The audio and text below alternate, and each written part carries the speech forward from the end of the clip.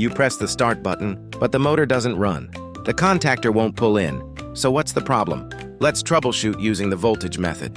Set the multimeter to 750 volts AC. Probe A1 and A2 on the contactor coil. Press start. No 220 volts.